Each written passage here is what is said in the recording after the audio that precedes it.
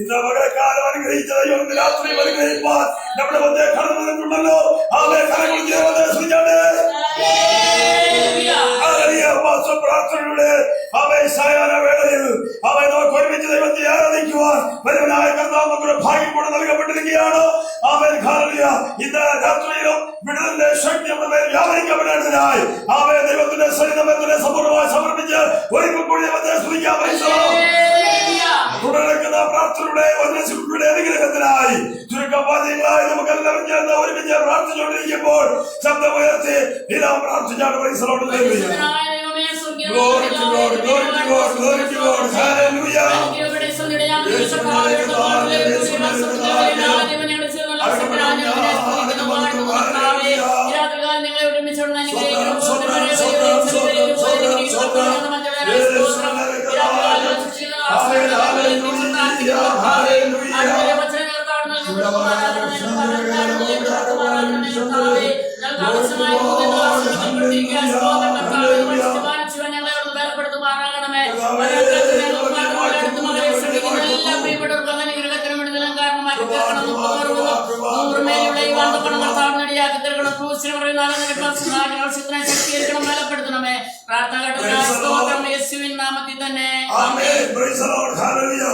കർത്താവിന്റെ പരിശുദ്ധമായ നാമം വാഴ്ത്തപ്പെടുമാറാകട്ടെ. അനുഗ്രഹിക്കപ്പെടുന്നതായിരിക്കുന്ന സന്ധ്യാവേളയ്ക്കായി ദൈവത്തെ സ്തുതിക്കുകയാണ്.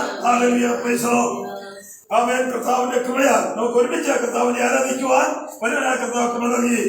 ആമേൻ. കർത്താവിന്റെ ആശ്രമ പാസ്റ്റർ ആമേൻ ഖാല ബെന്നി അവർകൾ ആമേൻ ഖാല 40 ദിവസത്തെ വാസ പ്രാർത്ഥനയുടെ ആമേൻ ഖാലിയ 38ാമത്തെ ദിവസവും ആമേൻ ഖാലിയ പ്രിയ ലീലാമ ആമേൻ 21 ദിവസത്തെ വാസ പ്രാർത്ഥനയുടെ 19ാമത്തെ ദിവസവുമാണ്. അതിനോട് ചേർന്ന് ആമേൻ നമുക്ക് ഒരുമിച്ച് 3 ദിവസക്കാലം പൂർണ്ണമായി വിമർശിക്കുവാൻ വരുവനായ കർത്താവ് സാവകാശം തിരിക്കുക. രാവിലെ മുതൽ ആമേൻ വരുവനായ കർത്താവ് നമ്മോട് കൂടെ ഉണ്ട്.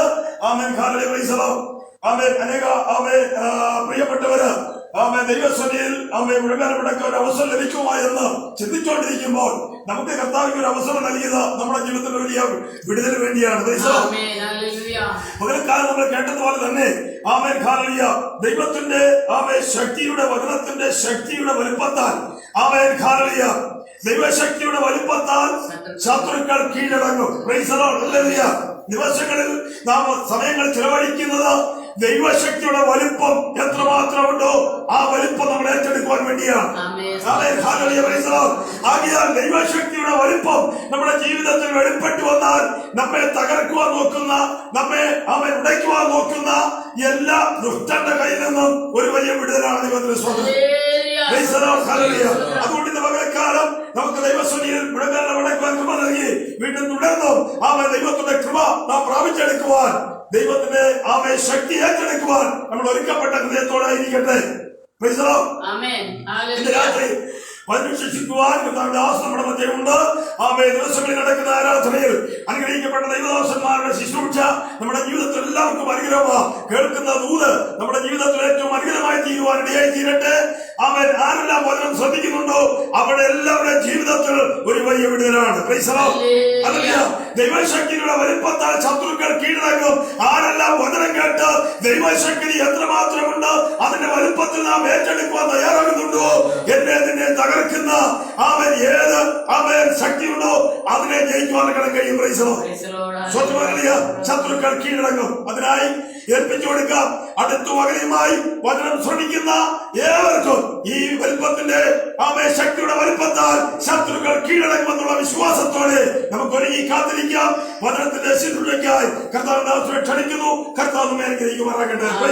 എല്ലാവരും കരങ്ങളെ സ്തുതിക്കാണ്.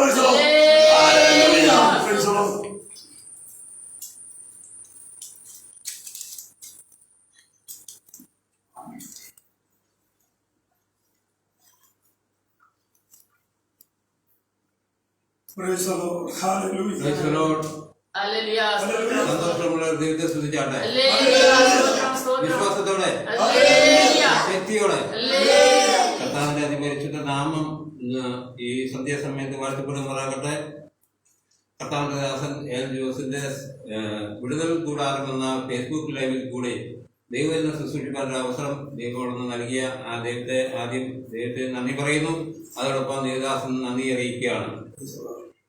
ഇന്ന് ഈ മീറ്റിംഗിന്റെ രണ്ടാമത്തെ സെഷനിലേക്ക് കടന്നു വരുവാൻ സ്വർഗ്ഗാലുവായ ദൈവമാണ് സഹായിച്ച ദൈവത്തെ ആളുകൾ ശ്രമിക്കുകയാണ്, വാഴ്ത്തുകയാണ്.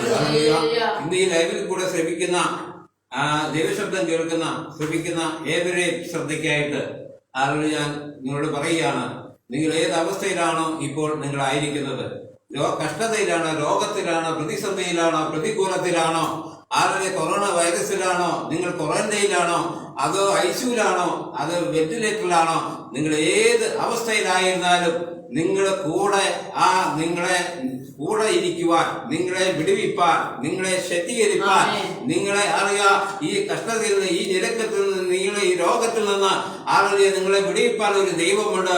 ആ ദൈവത്തെയാണ് ഇന്ന് ഞാൻ നിങ്ങളെ പരിചയപ്പെടുന്നത്. ആ ദൈവമാണ് കർത്താവായ യേശു ക്രിസ്തു. ആ കർത്താവായ യേശു ക്രിസ്തു ഈ ഭൂമിയിൽ വന്നത് പാപികളായ നമ്മെ ഓരോരുത്തരെയും രക്ഷിപ്പാനാണ്. പാപികൾ കൊണ്ട് മരിച്ച ഏക ഒരു ദൈവം എന്ന് പറയുന്ന കർത്താവായ യേശു ക്രിസ്തു മാത്രമാണ്. മറ്റൊരു ദൈവവും അല്ലെങ്കിൽ നമ്മൾ കേൾക്കുന്ന അനേക ദൈവം 30 കോടി ദൈവമെന്ന് നമ്മുടെ ലോകത്ത് നമ്മൾ ദൈവങ്ങളുണ്ടെന്ന് പറയുമ്പോൾ ഒരു ദൈവത്തിനും പാപികൾക്ക് വേണ്ടി മരിക്കാൻ കഴിഞ്ഞില്ല. അത് മരിച്ചത് കർത്താവായ യേശു ക്രിസ്തു മാത്രമാണ്. ആ കർത്താവായ യേശു ക്രിസ്തുവിൽ നിങ്ങൾ വിശ്വസിക്കുന്നുവെങ്കിൽ നിങ്ങൾ ഏത് അവസ്ഥകൾക്കും മാറ്റം തരുവാൻ, നിങ്ങളെ വിടുവിപ്പാൻ, നിങ്ങളെ പ്രതിസന്ധികളെ മാറ്റുവാൻ ആ ദൈവം ശക്തനാണ്. അതിനാധാരമായി ഇന്ന് നമുക്കൊരു വചനം വായിക്കാം. യെശയ്യാ പ്രവചനം 43:2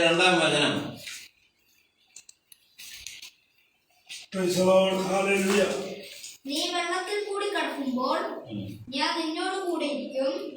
നീ നദികളിൽ കൂടി കടക്കുമ്പോൾ അവ നിന്റെ മീതെ കവികയില്ല. നീ തീയിൽ കൂടി നടന്നാൽ വെന്തു പോകില്ല. അഗ്നിജാലം നിന്നെ ദഹിപ്പിക്കുകയുമില്ല. ആമേൻ. സ്തോത്രം. യെശയ്യാ പ്രവചനം 43:2 നമ്മൾ വായിച്ചത്. നീ വെള്ളത്തിൽ കൂടി കടക്കുമ്പോൾ ഞാൻ നിന്നോട് കൂടി ഇരിക്കും. നീ നദികളിൽ കൂടി കടക്കുമ്പോൾ അവ നിന്റെ മീതെ കവിയുകയില്ല. നീ തീയിൽ കൂടി നടന്നാൽ വെന്തുപോകയില്ല. അഗ്നിജാല നിന്നെ ദഹിപ്പിക്കുകയില്ല. നീ വെള്ളത്തിൽ കൂടെ കടക്കുന്നത് എന്നാ കിടക്കേണ്ട വന്നാൽ ദൈവം നിന്നോട് കൂടെ ഇരിക്കും. സ്വതം. നീ നദിയിൽ കൂടെ കടന്നാൽ ആ ദൈവം നിന്നോട് കൂടെ ഇരിക്കും. സ്വതം. നിന്റെ ഏത് അവസ്ഥയിലും നിന്നെ വിടുവിപ്പാൻ നിന്നോട് കൂടെ ഇരിക്കുന്ന ഒരു ദൈവം. ഈ ദൈവത്തെ എത്ര പേർക്ക് പരിചയമുണ്ട്? ഈ ദൈവത്തെ ആർക്കാണ് വേണ്ടത്? ഈ ദൈവത്തെ കിട്ടിയാൽ നീയും നിന്റെ കുടുംബവും രക്ഷപ്രാപിപ്പാനിടയായിത്തീരും. നിന്നെ വിടുവിപ്പാൻ മാത്രമല്ല നിനക്കൊരു നിത്യത ഒരുക്കുന്ന ദൈവമാണ്. സ്വതന്ത്രം. ഈ ഭൂമിയിൽ നിന്റെ ആയുസ് നഷ്ടപ്പെട്ടു പോയാലും നിന്റെ ആത്മാവ് നിന്റെ നിത്യതയിലേക്ക് ഒരുക്കുന്ന ഒരു ദൈവമാണ്. അത് ഇവിടെ നിന്റെ കൂടെ ഇരുന്നാൽ ഇവിടെ മാത്രമല്ല നിന്റെ നിത്യതയിലും നിന്നോട് കൂടെ ഇരിക്കുന്ന ഒരു ദൈവം. ഇങ്ങനെ വിടുവിപ്പാനും നിന്നെ കൂടെ ഇരിക്കാനും വേറൊരു ദൈവം നിങ്ങൾ കണ്ടിട്ടുണ്ടോ? ആ ദൈവം ഏക ദൈവം എന്ന് പറയുന്ന ഈ ദൈവമാണ് കർത്താവായ യേശു ക്രിസ്തു. സ്വതന്ത്രം. നീ വെള്ളത്തിൽ കൂടെ കടന്നാലും എന്ത് ചെയ്യും? അവൻ നിന്നോട് കൂടെ ഇരിക്കും. നീ നദിയിൽ കൂടി കടന്നാലും എന്ത് ചെയ്യും? അവൻ നിന്നോട് കൂടെ ഇരിക്കും. നീ തീയിൽ കൂടെ കടക്കേണ്ടി വന്നാലും എന്ത് ചെയ്യും? ആ ദൈവം നിന്നോട് കൂടെ ഇരിക്കുവാൻ ഇടയായി തീരും. ആമേൻ. സ്വതന്ത്രം. സങ്കീർത്തനം 66:12 വായിച്ചേ. Hallelujah, hallelujah. 66:12. നീ മനുഷ്യരെ ഞങ്ങളുടെ തലമേൽ കയറി ഓടിക്കുമാറാക്കി. ഞങ്ങൾ തീയിലും വെള്ളത്തിലും കൂടി കടക്കേണ്ടി വന്നു. എങ്കിലും നീ ഞങ്ങളെ സമൃദ്ധിയിലേക്ക് കൊണ്ടുവന്നിരിക്കുന്നു. ആമേൻ. നീ മനുഷ്യരെ ഞങ്ങളുടെ തലമേൽ കയറി ഓടിക്കുമാറാക്കി. ഞങ്ങൾ തീയിലും വെള്ളത്തിലും കൂടി കടക്കേണ്ടി വന്നു. സ്വതന്ത്രം. നീ മനുഷ്യരെ ഞങ്ങളുടെ തലയ്ക്ക് മീതെ എന്ത് ചെയ്തു? കയറി ഓടിക്കുമാറാക്കി. എന്താണ് നമുക്ക് പ്രതിസന്ധികൾ, പ്രതികൂലങ്ങൾ കടന്നു വരുന്നത്? നമ്മുടെ ശത്രു നമ്മളെ തകർക്കുന്നത്. ശത്രു നമ്മളെ തകർക്കാൻ വരുന്നത് എന്തുകൊണ്ടാണ്? നിന്നെ ദൈവത്തിലേക്ക് അടുപ്പിക്കുവാൻ ദൈവത്തിന്റെ ഒരു സ്വതന്ത്രം. നീ നശിച്ചു പോകാതെ, നീ തകർന്നു പോകാതെ, ഹല്ലേലൂയ സ്വാമി, നീ നിത്യ നരകത്തിൽ വീണ് നീ തകർന്നു പോകാതെ, തീയിൽ വീണ് നീ വെന്തു പോകാതെ, ഹല്ലേലൂയ സ്വതന്ത്രം, നിന്നെ രക്ഷിക്കുവാൻ വേണ്ടി മനുഷ്യനെ ഹല്ലേലൂയ നിന്റെ തലയുമേൽ കേറി ഓടിക്കുമാറാക്കുന്ന ദൈവം. ഹല്ലേലൂയ സ്വതന്ത്രം സ്വതന്ത്രം. നിന്റെ കഷ്ടത എന്തിനാണ്? നിന്റെ വേദന എന്തിനാണ്? നിന്റെ രോഗം എന്തിനാണ്? നിന്നെ തകർക്കുവാനല്ല, നിന്നെ മുടിക്കുവാനല്ല, നിന്നെ നശിപ്പിക്കാനല്ല. സ്വതന്ത്രം സ്വതന്ത്രം. ഹല്ലേലൂയ നീ തീയിൽ കൂടി, ഹല്ലേലൂയ സ്വതന്ത്രം സ്വതന്ത്രം, നീ മനുഷ്യരെ ഞങ്ങളുടെ തലമേൽ കയറി ഓടിക്കുമാറി ഞങ്ങൾ തീയിലും വെള്ളത്തിനും കൂടി എന്ത് ചെയ്തു? തീയിലും വെള്ളത്തിനും കൂടി കടക്കേണ്ടി വന്നു. ഹല്ലേലൂയ എന്തിനാ? ഹല്ലേലൂയ സ്വതന്ത്രം സ്വതന്ത്രം. നിനക്ക് നിത്യത ഹല്ലേലൂയ അവകാശമാക്കിയിട്ടുകൊണ്ട്, നിത്യത അവകാശമായതുകൊണ്ട് അത് പ്രാപിക്കേണ്ടതിന് വേണ്ടി നീ എന്ത് ചെയ്യണം? തീയിൽ കൂടിയും വെള്ളത്തിൽ കൂടിയും ഹല്ലേലൂയ കടക്കേണ്ടി വരും. ഹല്ലേലൂയ സ്വതന്ത്രം സ്വതന്ത്രം. എന്നാൽ നീ ഭയപ്പെടേണ്ട ആവശ്യമില്ല, ഭാരപ്പെടേണ്ട ആവശ്യമില്ല. നിന്റെ രോഗമായിക്കോട്ടെ, ദുഃഖമായിക്കോട്ടെ, കടഭാരമാരായിക്കോട്ടെ, പ്രതിസന്ധികളായിക്കോട്ടെ, ഏതുമായിക്കൊള്ളട്ടെ, നിന്നെ രക്ഷിപ്പാൻ ഈ ദൈവം നിന്നോട് കൂടെയുണ്ട്. സ്വതന്ത്രം. അടുത്തൊരു വചനം നമുക്ക് വായിക്കാം. ഹല്ലേലൂയ സ്വതന്ത്രം സ്വതന്ത്രം. ദാനിയേൽ പ്രവചനം 3:25 വായിക്കാം. Hallelujah hallelujah hallelujah. 4 പുരുഷന്മാർ കെട്ടഴിഞ്ഞു തീയിൽ നടക്കുന്നത് ഞാൻ കാണുന്നു. അവർക്കൊരു കേടും തട്ടിയിട്ടില്ല. 4-മത്തവന്റെ രൂപം ഒരു ദേവപുത്രനോട് ഒത്തിരിക്കുന്നു എന്ന് കൽപ്പിച്ചു. ആമേൻ. ഹല്ലേലൂയ. ദാനിയേൽ പ്രവചനം 3:25 വാക്യമാണ് നമ്മൾ വായിച്ചത്. ദാനിയേൽ പ്രവചനം 3:25. ഹല്ലേലൂയ. അതിന് അവൻ 4 പുരുഷന്മാർ കെട്ടഴിഞ്ഞ് തീയിൽ നടക്കുന്നത് ഞാൻ കാണുന്നു. അവർക്ക് ഒരു കേടും തട്ടിയിട്ടില്ല. 4-മത്തവന്റെ രൂപം ഒരു ദൈവപുത്രനോട് ഒത്തിരിക്കുന്നു എന്ന് കൽപ്പിച്ചു. Price hallelujah hallelujah. 3 പുരുഷന്മാര് ഹല്ലേലൂയ എന്താണ്? തീയിൽ വീഴുവാനിടയായി തീർന്നു. ഹല്ലേലൂയ. എന്നാൽ തീയിൽ വീണ ആ പുരുഷന്മാരുടെ കൂടെ 4-മത്തെ ഒരു ദൈവരൂപത്തിലൊരു ദൈവത്തെ അല്ലെങ്കിൽ ഒരു പുരുഷനെ എന്ത് ചെയ്യുന്നു? അവിടെ കാണുന്നു. ഹല്ലേലൂയ സ്തോത്രം. അതായത് 3 പേരെ തീയിലിട്ടുവെങ്കിലും 4 പേരെ അവിടെ കാണുന്നു. ഹല്ലേലൂയ. തീയിലിറങ്ങി വിടിവിക്കുന്ന ആ ദൈവം. Price hallelujah. അതിനെക്കുറിച്ച് നമുക്ക് ആഴമായിട്ടൊന്ന് ചിന്തിക്കണമെങ്കിൽ ഹല്ലേലൂയ സമയത്തിന്റെ പരിമിതി മൂലം ഹല്ലേലൂയ അതിന്റെ 3-ാം അധ്യായം ഹല്ലേലൂയ നമുക്ക് ചിന്തിക്കുമ്പോൾ അവിടെ നമുക്ക് കാണാൻ കഴിയുന്നത്, അവിടെ ബാബേൽ സംസ്ഥാനത്ത് നെബൂഖദ്നേസർ രാജാവ് ഒരു സ്വർണ്ണബിംബം ഉണ്ടാക്കുവാനിടയായി തീർന്നു. അവിടെ സ്വർണ്ണബിംബം ഉണ്ടാക്കിയിട്ട് ആ രാജാവ് ഇങ്ങനെ ഒരു കൽപ്പന പുറപ്പെടുവിച്ചു. ആ സ്വർണ്ണബിംബത്തിന്റെ മുമ്പിൽ എന്ത് ചെയ്യണം? വീണ് നമസ്കരിക്കണം. എങ്ങനെ? അവിടെ വായിക്കുന്നത് ഇങ്ങനെയാണ്. കുഴൽ, തമ്പുരു, കിന്നരം, വീണ, നാഗസ്വരം മുതലായ സകലവിധ വാദ്യനാദവും കേൾക്കുമ്പോൾ നിങ്ങൾ വീണ് നെബൂഖദ്നേസർ രാജാവിനെ നിർത്തിയിരിക്കുന്ന സ്വർണ്ണബിംബത്തെ നമസ്കരിക്കണം. ഹല്ലേലൂയ. ഈ രാജാവ് നിർത്തിയിരിക്കുന്ന സ്വർണ്ണബിംബത്തെ എന്ത് ചെയ്യണം? ഹല്ലേലൂയ സ്തോത്രം. ഈ വീണ ജനമെല്ലാം എന്ത് ചെയ്യണം? നമസ്കരിക്കണം. എങ്ങനെ? ഈ കുഴൽ, ഈ പറയുന്ന നാദങ്ങൾ കേൾക്കുമ്പോൾ, ആ കുഴൽ, തമ്പുരു, കിന്നരം, വീണ, നാഗസ്വരം മുതലായ സകലവിധ വാദ്യനാദവും കേൾക്കുമ്പോൾ നെബൂഖദ്നേസർ രാജാവ് നിർത്തിയിരിക്കുന്ന സ്വർണ്ണബിംബത്തെ വീണ് നമസ്കരിക്കണം. അങ്ങനെ രാജാവ് ഒരു വലിയ കൽപ്പന പുറപ്പെടുവിക്കുവാൻ, ആ രാജ്യത്ത് അങ്ങനെ വലിയൊരു കൽപ്പന പുറപ്പെടുവിക്കുവാനിടയായി തീർന്നു. എന്നാൽ ആ കൽപ്പന കർശനമായി കഴിഞ്ഞപ്പോൾ സ്വതന്ത്രം അവിടെ ഇങ്ങനെ അടുത്ത കൽപ്പന എങ്ങനെ? അത് വീണ് നമസ്കരിക്കാത്ത എന്ത് ചെയ്യണം? അവരെ വീണ് നമസ്കരിക്കാതെ, ആരെങ്കിലും വീണ് നമസ്കരിക്കാതെ ഇരുന്നാൽ അവരെ എരിയുന്ന തീച്ചൂളയിൽ ഇട്ടുകളയുന്ന ഒരു കൽപ്പന, അടുത്ത കൽപ്പന. അപ്പോൾ ആർക്ക് വേണമെങ്കിലും എന്ത് ചെയ്യാം? ഈ എരിയുന്ന തീച്ചൂളയിൽ നിന്ന് രക്ഷപ്പെടാം. ഈ ബിംബത്തെ നമസ്കരിച്ചാൽ മതി. എന്നാൽ നമസ്കരിക്കാതെ ആരെങ്കിലും നിന്നാൽ അവരെ എന്ത് ചെയ്യും? എരിയുന്ന തീച്ചൂളയിൽ ഇട്ടുകളയുവാൻ ഇടയായി തീരും. സ്വതന്ത്രം. അങ്ങനെ കൽപ്പന കർക്കശമായി സ്വതന്ത്രം. എന്നാൽ യഥാർത്ഥമായ ദൈവത്തെ സേവിക്കുന്ന ഒരു യഹൂദ പുരുഷന്മാർ അവിടെ ഉണ്ടായിരുന്നു ഈ സംസ്ഥാനത്തെ രാജാവിന്റെ കൊട്ടാരത്തിൽ. അവരെ കുറിച്ച് നമുക്കൊന്ന് അറിയേണ്ട ആവശ്യമുണ്ട്. അവർ 17:3-17-18 വായിച്ചേ. ഞങ്ങൾ സേവിക്കുന്ന ദൈവത്തിന് ഞങ്ങളെ വിടുവിപ്പാൻ കഴിയുമെങ്കിൽ അവൻ ഞങ്ങളെ എരിയുന്ന തീച്ചൂളയിൽ നിന്നും രാജാവിന്റെ കയ്യിൽ നിന്നും വിടുവിക്കും. അല്ലെങ്കിലും ഞങ്ങൾ രാജാവിന്റെ ദേവന്മാരെ നമസ്കരിക്കുകയില്ല. ആമേൻ, ഹല്ലേലൂയ. അവിടെ 3 യഹൂദ ബാലന്മാര് രാജാവിന്റെ കൽപ്പനയ്ക്ക് വിരോധമായി അവിടെ പറയുകയാണ്. അവരെന്താണ്? അവര് രാജാവ് നിർത്തിയിരിക്കുന്ന ബിംബത്തെ നമസ്കരിക്കാൻ അവര് തയ്യാറല്ല. കാരണം എന്താ? അവർക്കൊരു പ്രമാണമുണ്ട്, അവർക്കൊരു ദൈവമുണ്ട്. അവരുടെ ദൈവം എന്ന് പറയുന്ന ഒരു ബിംബമല്ല, ഒരു വിഗ്രഹമല്ല, ജീവനുള്ള ദൈവമാണ്. ആ ദൈവത്തെ ആരാധിക്കുന്നവരാണ്. അവര് പറയുകയാണ്, രാജാവ് നിർത്തിയിരിക്കുന്ന രാജാവിന്റെ ബിംബത്തെ ഞങ്ങൾ നമസ്കരിക്കുകയില്ല. ഹല്ലേലൂയ, സ്തോത്രം, സ്തോത്രം. അവര് എന്താണ് ശക്തമായി പറയുന്നത്? ഞങ്ങൾ സേവിക്കുന്ന ദൈവത്തിന് ഞങ്ങളെ വിടുവിപ്പാൻ കഴിയുമെങ്കിൽ അവൻ ഞങ്ങളെ എരിയുന്ന തീച്ചൂളയിൽ നിന്നും രാജാവിന്റെ കയ്യിൽ നിന്നും വിടുവിക്കും.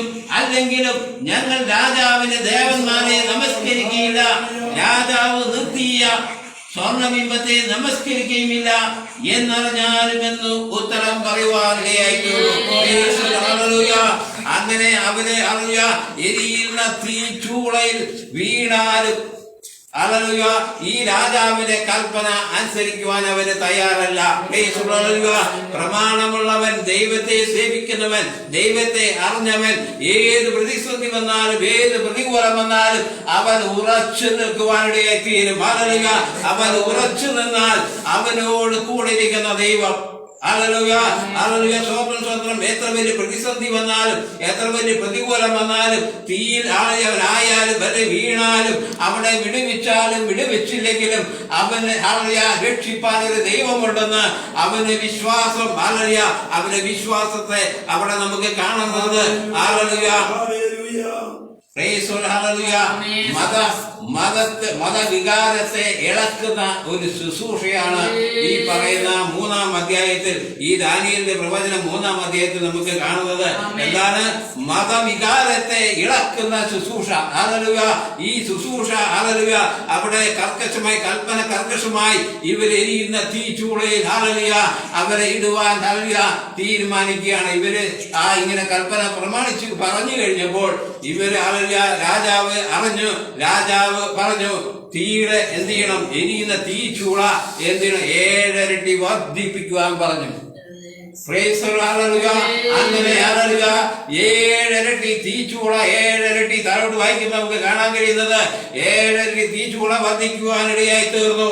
ഹല്ലേലൂയ, അങ്ങനെ 7 ഇരട്ടി തീച്ചൂള വർദ്ധിപ്പിച്ച് ഈ യഹൂദ ബാലന്മാരെ ശദ്രക്ക്, മേശക്ക്, അബേദ്രവും എന്ന് പറയുന്ന 3 ബാലന്മാരെ എന്ത് ചെയ്തു?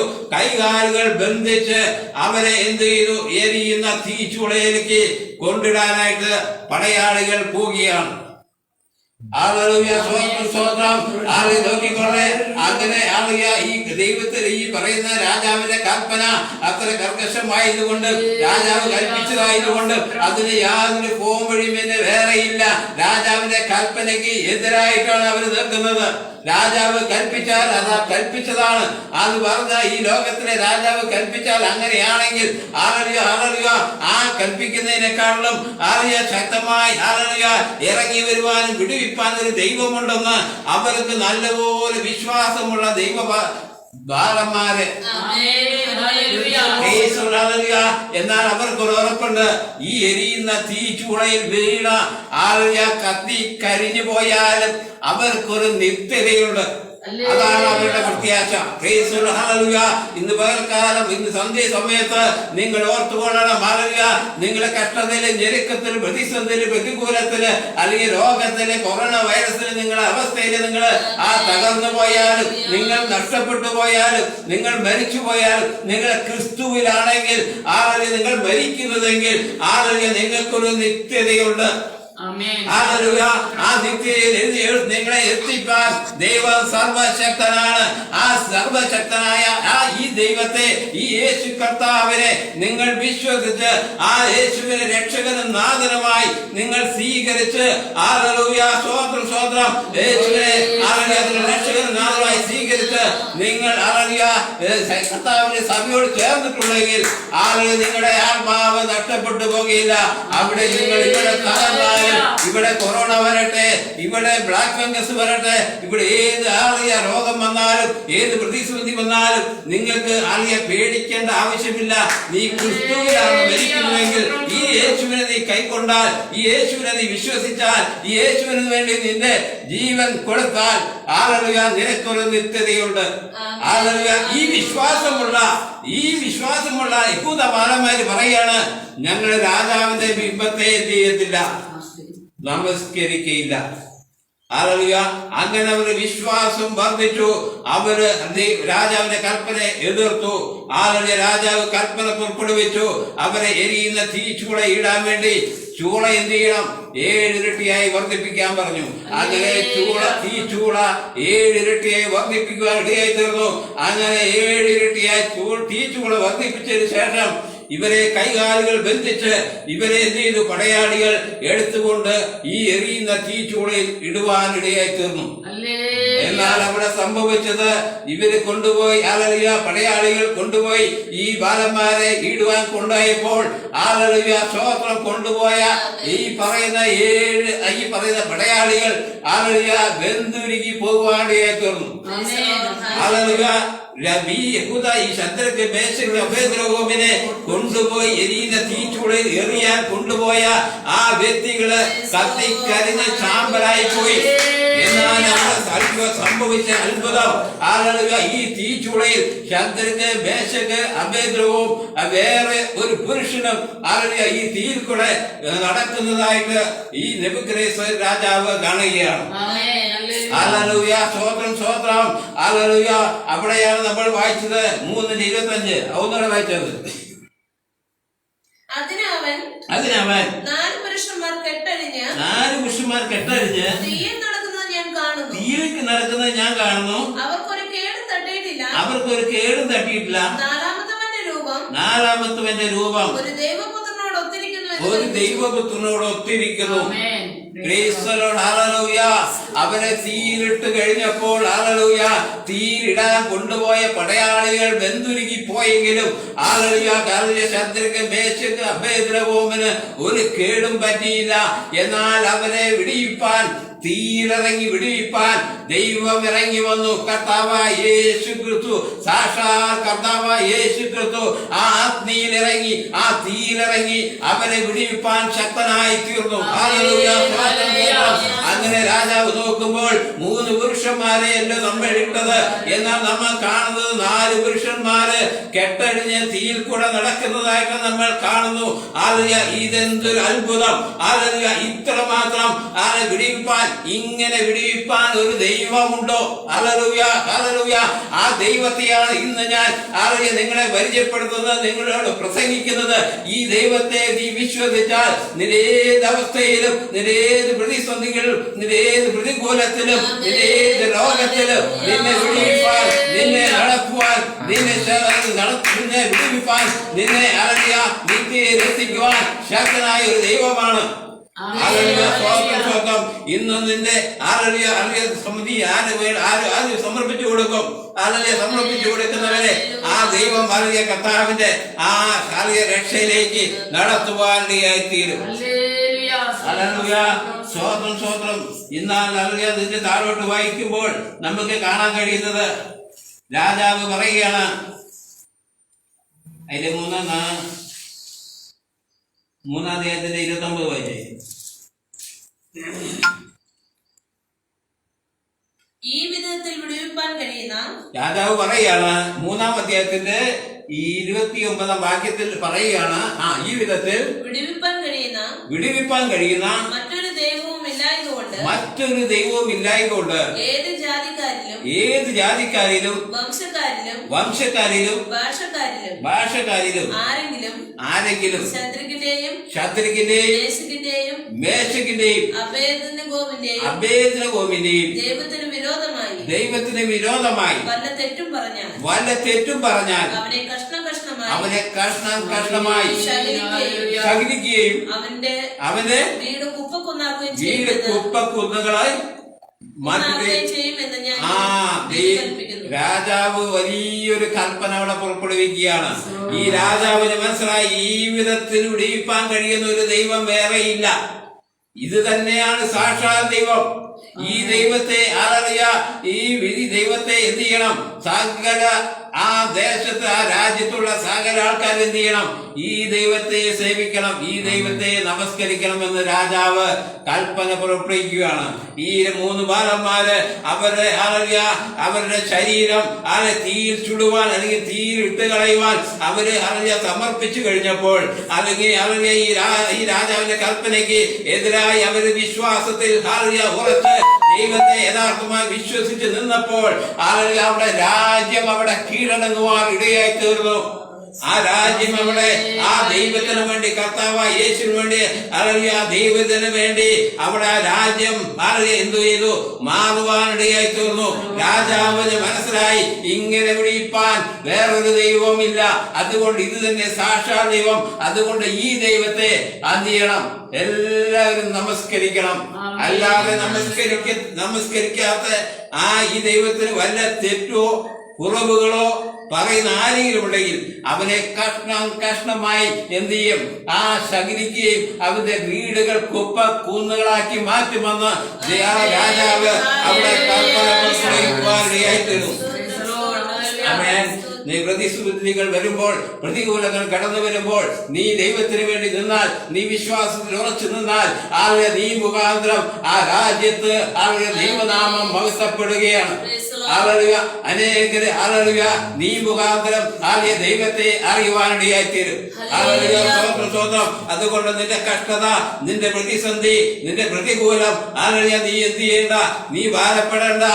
നിന്നിൽ കൂടെ ഒരു വലിയ ദൈവമൂർത്തി വെളിപ്പെടാനാണെന്ന് ഇന്ന് പകൽക്കാലം, ഇന്ന് ഈ രാത്രികാലം നീ എന്ത് ചെയ്യണം? മനസ്സിലാക്കിക്കൊള്ളണം.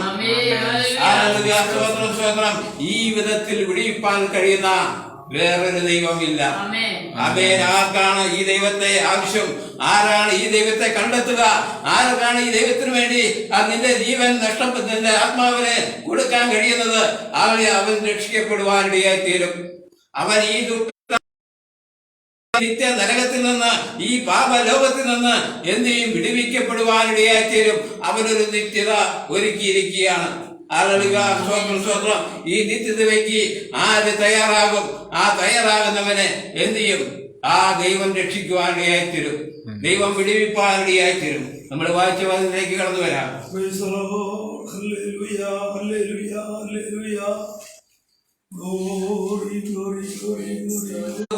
നീ നദികളിൽ കൂടി കടക്കുമ്പോൾ അവൻ നിന്റെ മീതെ കവികയില്ല. നീ തീയിൽ കൂടെ നടന്നാൽ വെന്തുപോകയില്ല. അഗ്നിജാലം നിന്നെ ദഹിപ്പിക്കുകയുമില്ല. നിന്റെ ഏത് അവസ്ഥയിലും വിടിയിപ്പാൻ ഈ ദൈവമുണ്ട്. നിന്നെ രക്ഷിപ്പാൻ, നിന്നെ സഹായിപ്പാൻ, നിന്നെ നടത്തുവാൻ, നിന്നെ നിത്യതയുടെ തുറമുഖത്ത് എത്തിക്കുവാൻ, നിന്നെ കൈവിടാതെ, നിന്നെ ഈ പിശാചിന് ഏൽപ്പിച്ചു കൊടുക്കാതെ, ഈ നരകത്തിൽ നീ വീണുപോകാതെ